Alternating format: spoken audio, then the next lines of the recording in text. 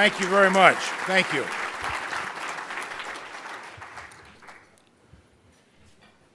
Thank you. I am grateful, Marty, for your generous contribution. And also your very observant commentary on sequestration. There are certain privileges to this job, and one is I do have fairly good travel accommodations, and I'm always grateful for that. I want to thank Rob and the board and each of you who are and have been part of this institution, which I am very familiar with, have been over many years. During my days in the Senate, I often would ask for advice from many of you who are here tonight, and always valued that advice in every way.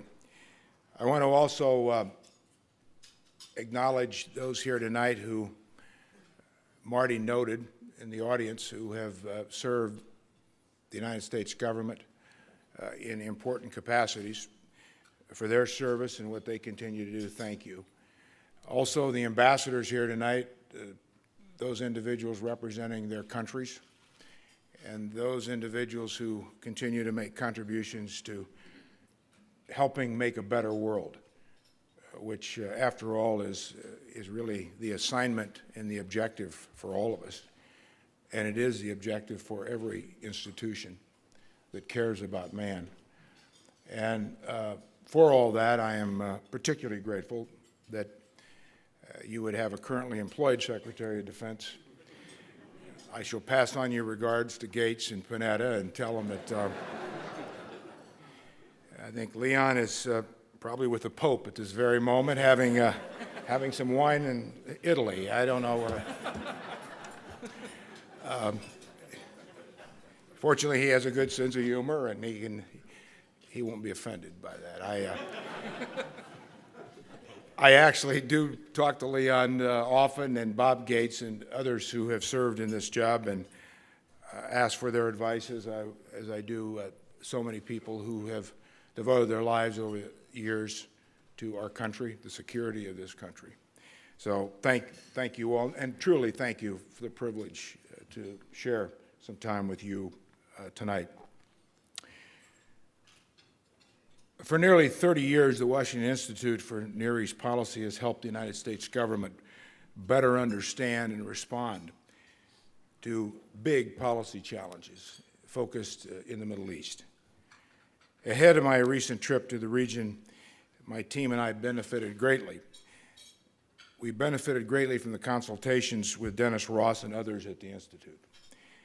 And now that I have returned, as has been noted here tonight, it just seems appropriate that I take advantage of this opportunity to share some of my perspectives from that trip. And in particular, the astounding challenges that face U.S. strategic interests and our allies together in the Middle East. I have been to every country in the Middle East a number of times over the years, except Iran. And like all trips and visits, you are supposed to be much enhanced and enlightened when you come back.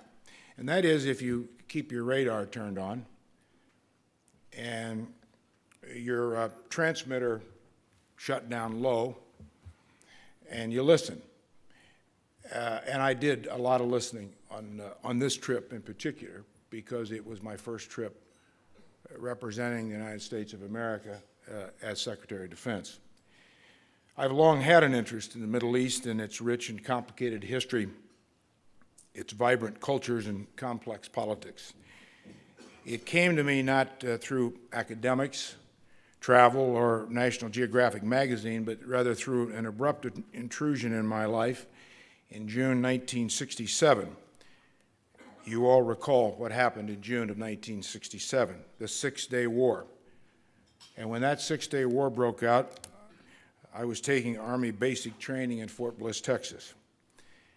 this region of the world, which I knew nothing about, burst into my world in a very sudden way, and in particular when our drill sergeant at Fort Bliss suggested that half of the recruits there in the barracks would be going to either Vietnam or a place called the Gaza Strip, Golan Heights, or the West Bank.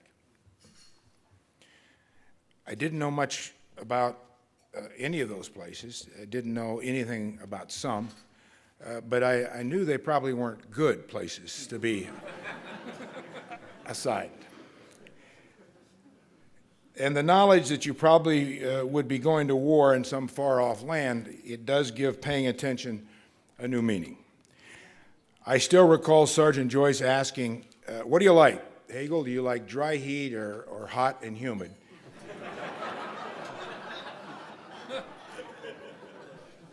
Well, I got the hot and humid. For the next few days, we followed the news closely on both radio and TV. No one knew whether this was the beginning of another world conflict. Then suddenly, as we all recall, that war was over. But not really. But not really. Yet even as our focus returned to Vietnam, it was clear that religious, ethnic, geopolitical unrest in the Middle East would be a global security challenge for many years to come. That reality is inescapable today as the region continues to undergo a period of uprising and turmoil that has uprooted an old order, and it's transformed the lives of millions of people for better and for worse. Change has come with unprecedented speed on a scale not witnessed in the region since the revolutions of the 1950s. It began with citizens peacefully demanding their most basic universal rights. It has been made more complex and violent by the explosive convergence of sectarian conflict, economic disparity, human rights, technology, and struggles over identity and borders. Robert Kaplan recently wrote that the most appropriate image of the present-day Middle East is a medieval map where frontiers are not clearly, precisely defined. What he called, in his words, a world of vague and overlapping shadows of influence.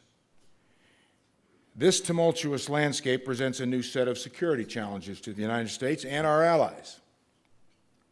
Syria's civil war is putting its stockpiles of chemical weapons and advanced conventional weapons at risk, and the escalation of violence threatens to spill across its borders. Iran's support for the Assad regime and Lebanese Hezbollah, its destabilizing activities in the Persian Gulf, and its nuclear ambitions all pose a clear threat to the United States, Israel, and the nations of the Gulf Cooperation Council and the wider world. Meanwhile, even as core al-Qaeda has been substantially weakened in recent years, affiliated new terrorist groups like the al-Nusra Front are seeking new footholds in the region. President Obama has been very clear that America's national security interests in the Middle East include the security of Israel, supporting our allies, fighting terrorism, preventing Iran from obtaining a nuclear weapon, pursuing Middle East peace, playing a stabilizing role with our regional partners, and working to support democratic transitions in Yemen, North Africa, Egypt, and ultimately in Syria. The Department of Defense helps protect U.S. interests through our military presence in these regions, our defense cooperation, and our work to enhance the military capabilities of our allies. Each of these aspects of our defense strategy in the Middle East was a focus of my trip to the region, which included, as has been noted, visits to Israel, Jordan, Saudi Arabia, Egypt, and the United Arab Emirates.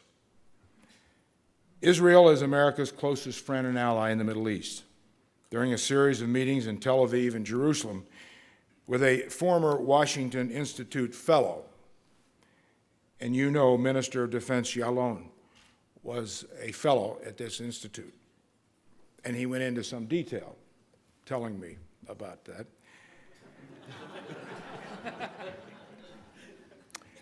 I met with President Perez and Prime Minister Netanyahu.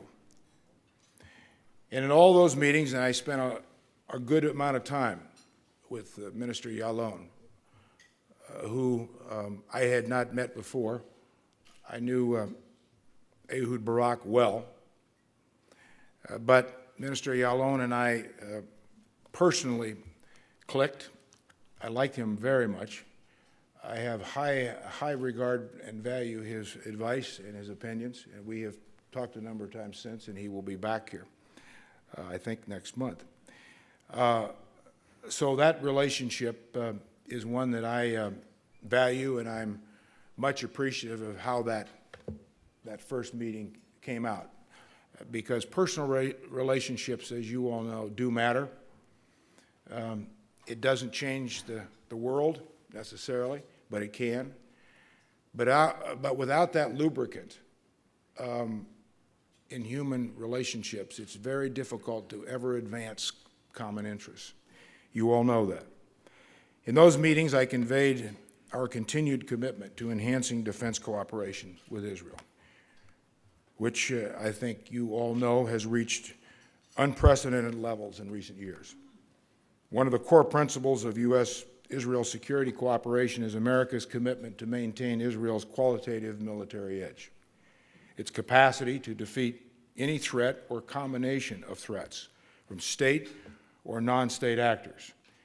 As I emphasized during the trip, Israel is a sovereign nation. Like all sovereign nations, it has a right to defend itself. The Department of Defense works closely with the Ministry of Defense to develop and field a versatile range of advanced capabilities Israel needs to defend its people and its interests. One current example among many is our close cooperation on rocket and missile defense efforts, including Iron Dome, Arrow, and David Sling. Beyond missile defense cooperation, DoD has been working for more than a year to increase Israel's ability to confront and respond to a range of other threats. These efforts culminated in our announcement last month that the United States has agreed to release a package of advanced new capabilities, including anti-radiation missiles and more effective radars for its fleet of fighter jets, KC-135 refueling aircraft, and the V-22 Osprey. Along with Israel's status as the only Mideastern nation participating in the Joint Strike Fighter program, this new capabilities package will significantly upgrade their qualitative military edge. Israel's security is further enhanced by America's defense cooperation with our other regional partners. In my consultations with Israeli leadership, I emphasized that strong U.S. security relationships with Arab nations, including particularly Egypt and Jordan, and our partners in the Gulf, are not only in America's strategic interests, they are also in Israel's security interests. Among the most important of these relationships is our defense partnership with Egypt. Our military-to-military relationship played an important stabilizing role during Egypt's revolution. During my visit to Cairo, I met with President Morsi and Minister of Defense al-Sisi. There, I affirmed America's continued commitment to our strategic partnership and to express our continued desire to work together to achieve common security objectives. These include countering violent extremism, ensuring the security of Egypt's borders in the Sinai region, maintaining the Camp David peace treaty with Israel, and supporting Egypt's democratic transition. Both President Morsi and Minister al-Sisi underscored their commitment to the Camp David peace treaty and to improving cooperation on border security and the Sinai. The Department of Defense is working with the Egyptians to help them improve their capabilities to deal with these challenges and counterterrorism. We are also making clear that progress on political and economic fronts and reforms will help ensure that Egypt maintains U.S. support. This is particularly important given congressional concerns. As President Morsi and the Egyptian government work to implement political and economic reform, they will find a strong partner in the United States. That has been underscored by President Obama and Secretary Kerry. The Kingdom of Jordan is another very key U.S. partner in the region. Jordan is facing its own set of political, economic, and security challenges, including its border with Syria. In my visit to Amman, I reassured the Jordanians that the United States continues to stay committed to the stability of Jordan and to deepening our close defense cooperation and joint contingency planning with the Jordanian military. Hundreds of DoD personnel are working alongside their Jordanian counterparts to enhance Jordan's border security and counter chemical weapons capabilities. As President Obama has said, we are also supporting King Abdullah's efforts to pursue political and economic reforms with Jordan. As in Israel, the civil war in Syria was a focus of my discussions in Amman. As you all know, the conflict in Syria is intensifying and becoming more sectarian. The possibilities of state fragmentation are increasing, as are the risks of extremism and proliferation. The humanitarian situation is worsening. The situation is complex and combustible. The United States has been leading the international community in organizing and applying sanctions and is the largest provider of humanitarian assistance to the Syrian people. Earlier today in Rome, Secretary Kerry announced that the President has authorized an additional $100 million in humanitarian aid for the Syrian people. This brings our total humanitarian assistance package to nearly $510 million. We have given non-lethal assistance to the Syrian opposition, including the armed opposition, and that support is growing. The U.S. military has been very involved in delivering these supplies and planning. We are also urging Russia and China to do more to help resolve this conflict, because it is also clearly in their interests to end this war. As you know, Secretary Kerry was in Russia this week, meeting with Russian leaders on the Syrian situation as well as other bilateral interests. Coming out of those meetings, Secretary Kerry and Russian Foreign Minister Lavrov announced they will seek to convene an international conference with representatives of the Syrian government and the opposition to determine how to implement a political transition in Syria. Using the full range of tools, the United States will continue to work toward achieving our goal of ending the violence and helping the Syrian people transition to a post-Assad authority. This will help restore stability, peace, and hope for all Syrian people. That goal is shared by our allies in the region, not only those bordering Syria, but also our partners in the Gulf. During the course of my discussions in Riyadh and Abu Dhabi, concerns over Iran's support for the Assad regime, its destabilizing activities, and its nuclear program were at the top of the agenda. The United States will continue to lead diplomatic efforts and international economic sanctions to pressure Iran into abandoning the pursuit of nuclear weapons and meeting their international obligations. There's a presidential election next month in Iran, and no one can predict with any certainty if that might affect the future direction of Iranian policies. As you all know, President Obama has made it clear, very clear, that our policy is to prevent Iran from obtaining a nuclear weapon, and he's taken no option off the table to ensure that outcome. I stressed that point during my discussions in the Gulf. A key element of our efforts to counter Iranian threats is building a cooperative defense network, raising the military capabilities of our partners in the Gulf who share our commitment to regional security and our concerns about Iran and violent extremism on the Arabian Peninsula. While in Saudi Arabia and UAE, I finalized agreements to provide their air forces with access to significant new capabilities. Saudi Arabia is committed to purchasing all 84 Boeing F-15 SA fighter aircraft that were part of a landmark sale in 2010. The United Arab Emirates is moving forward with the purchase of 25 F-16 Desert Falcons. which will further enhance their ability to participate in coalition operations as Libya and Afghanistan. They have made important contributions and will continue to make important contributions. Along with other common efforts with Gulf states in the area, such as missile defense, this new arrangement ensures that we are coordinating effectively against Iran and other shared security challenges.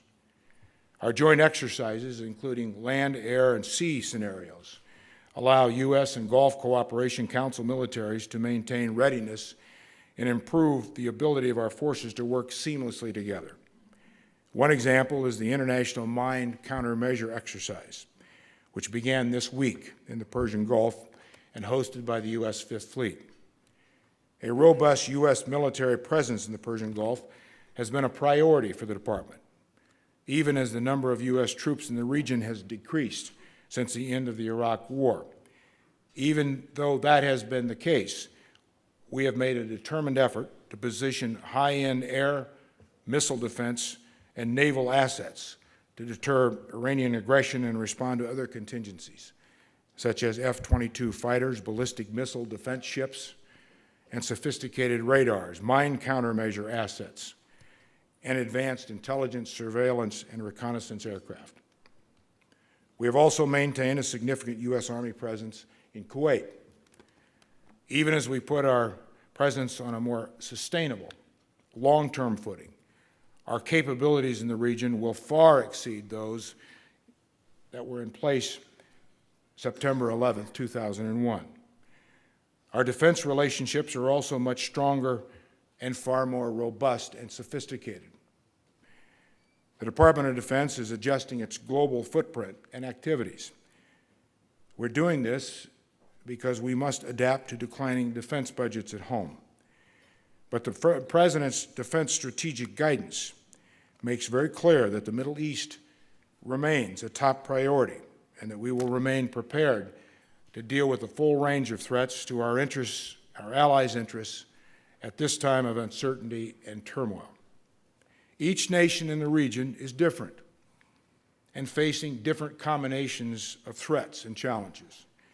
But these are regional challenges, all regional challenges I've described tonight, whether it's the nuclear challenge posed by Iran, dangerous instability in Syria, or the continuing threat of al-Qaeda and other terrorist groups, all regional threats. These common challenges must be met through the force of coalitions of common interests, which include Israel and other allies in the region. A common thread woven into the Middle East fabric is that the most enduring and effective solutions to the challenges facing the region are political, not military. America's role in the Middle East is to continue to help influence and shape the course of events using diplomatic, economic, humanitarian, intelligence, and security tools in coordination with all of our allies. More than 45 years after I first learned about the Gaza Strip, Golan Heights, and West Bank as a young Army recruit, I found myself surveying this terrain aboard an IDF helicopter alongside another old soldier, Israeli Minister of Defense Bogi Ya'alon. As we toured the region, I thought about what's possible. What's possible if these democratic transitions in the Middle East can succeed? And if a sustainable and comprehensive peace between Israel and the Palestinians is ultimately achieved, that brings new possibilities to an old region. The old order in the Middle East is disappearing, and what will replace it remains unknown. There will continue to be instability. There will continue to be instability in the region as this process plays out, and we all must adjust accordingly. But the best hope for long-term stability relies on countries like Egypt and Libya and Syria making transitions to democratic rule. These transitions need to be supported by institutions and legal frameworks. These institutions and legal frameworks respect human life, and liberties and dignity and tolerance and property for all citizens. To assist these nations in achieving these goals, the United States will remain engaged in helping shape the new order. But we must engage wisely. This will require a clear understanding of our national interests, our limitations, and an appreciation for the complexities of this unpredictable, yet hopeful region of the world. Thank you. Thank you. Thank you.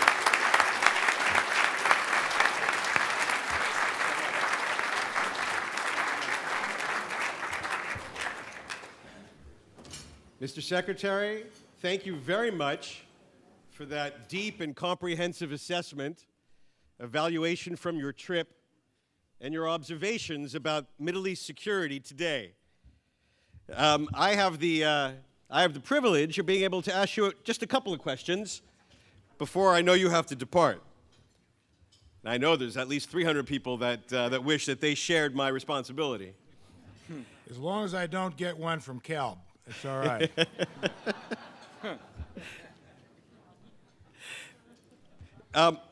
Mr. Secretary, I first want to ask you a question about Syria. There's at least one phrase that didn't appear in your text, and perhaps appropriately so, and that's the phrase red line. So I would be grateful if you could give us your sense of where we are on assessing the violation of the president's red line, but more generally on the idea of red lines themselves and the appropriateness of using them to define yards beyond which people should not go and behaviors that we're trying to prevent. Is that all? That's all, sir. Well, first, Rob, as you know, I am no longer a United States Senator, so I can say anything as irresponsibly as I would like. But, I'll pay a price for that.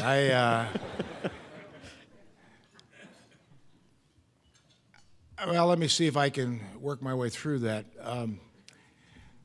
You surely don't expect me to publicly question anybody's use of red lines. But in a very serious response, because it's a serious question. The President has been rather clear on this point that we take all of this, and I've noted it in my comments, very seriously, use of chemical weapons. He has said, I have said, Secretary Kerry has said, we continue to assess and collaborate with our intelligence agencies and other intelligence agencies on the question whether, when, who, and all the other relevant questions that have to be satisfied before any options are exercised that the President has. And I think it's fair to say that we're all probably a little wiser today than maybe before. And when we take action, there's always the reality, and you accept that there may be consequences, and unintended consequences may come from that. There are also consequences and unintended consequences that come from inaction. So we continue to dwell very seriously on what happened and when, and all the other questions that must be asked by a responsible leader. And I think the President has always seen, whether it's Syria or any other international matter or any matter, a president has responsibility for. And certainly I have some responsibility for the options that I give him through the Defense Department, and whatever advice he asks for from me. And I take that seriously, that we know what we're talking about and that we're dealing with the facts. And that may not be a good enough answer or a good answer, but right now that's the most honest answer I can give you. Thank you. I can't ask for anything more than the most honest answer, so thank you. Mr. Secretary, I just want to ask one question about Iran. I think everyone was quite pleased to hear you restate American policy on Iran, that you and the President have stated on many occasions about the need to prevent Iran from attaining a nuclear weapon.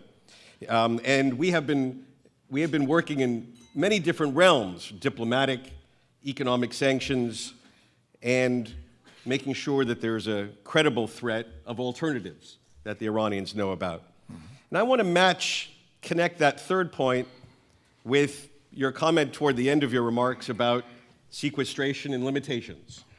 We've had to withdraw a second carrier from the Gulf. And I want to just ask you to discuss with us sort of the difficulties in the balancing of trying to deal with the limitations and the sequestration and the cuts at the same time as we need to project credible threats, project our power and our commitment to an adversary like Iran. Let me answer it this way, and it's an important question. And it's one that the President deals with, I deal with, Secretary Kerry deals with every day. Because in life, in this job, when you are the most powerful country in the world, there are many audiences out there. There are friendly audiences, and then there are not so friendly audiences. And those who don't wish us well pay attention, just like the people who support us. So what you say and how you say it, and recognition of the transparency of our system, which I don't think anybody would trade, about budget limitations are all out there for people to see. Now, that said, I'm going to go back a little bit to your first question on Syria as I answer your question on Iran and capabilities and how do we deal with this and so on. I mentioned in my speech that Secretary Kerry was in Russia, and he and Minister Lavrov have announced an agreement to go forward on the basis of our common interests on dealing with Syria, the region, use of chemical weapons. Now, I bring that up as an example of, and I also mentioned this in a broader way, great powers use all of their tools. It isn't just 11 carriers and carrier battle groups and all the air wings and all the missiles. Those are important, but those are elements, important elements, of protecting one's interests and working with one's allies. I also talked about building up regional common interests in our allies to protect their interests as we help them protect their own interests. No nation is, I don't think, in the world that we're in and where we're going, is going to be powerful enough to fix every problem themselves. It's too big, the problems, the challenges, they are too complicated. And even if we had twice the budget we have now, you couldn't fix all the problems. So that leads, I think, most of us to believe that these alliances are absolutely critical. You multiply your force ability with alliances. Everyone knows that. The capability of those alliances is critical to that. The Syrian example of what we're doing and what Secretary Kerry is doing and the President is doing and others on trying to build those coalitions to deal, as I noted, with Iran. Syria is now. The humanitarian devastation that's occurring has to be factored into this. Jordan, in particular, is vulnerable here on this, and we're working with Jordan, as I said. But these all are working toward the common interests of our common goals. And as I said, in a regional way, and I also noted that each is specific. Now, specifically to your question about budget limitations to protect our security interests and be able to fulfill our commitments to help protect our allies. I noted in an inventory of what our priorities were in the Middle East. I started with the security of Israel. The second point I made was our allies, counterterrorism, so on. We have the capabilities required, bottom line. As Secretary of Defense, I can tell you that, I will tell you that. It's an honest response. If I didn't think we had those capabilities or we weren't going to have them because of the budget adjustments we're making, I would have no choice but to go to the Congress and the President and say. Now, does that mean we are having to adjust? Absolutely it does. It does mean that we have to adjust. And we are adjusting. And we're having to make some tough choices. And those tough choices are based on the prioritization, first, of our national security interests. There are a lot of things we can do without. No one likes to have budget cut.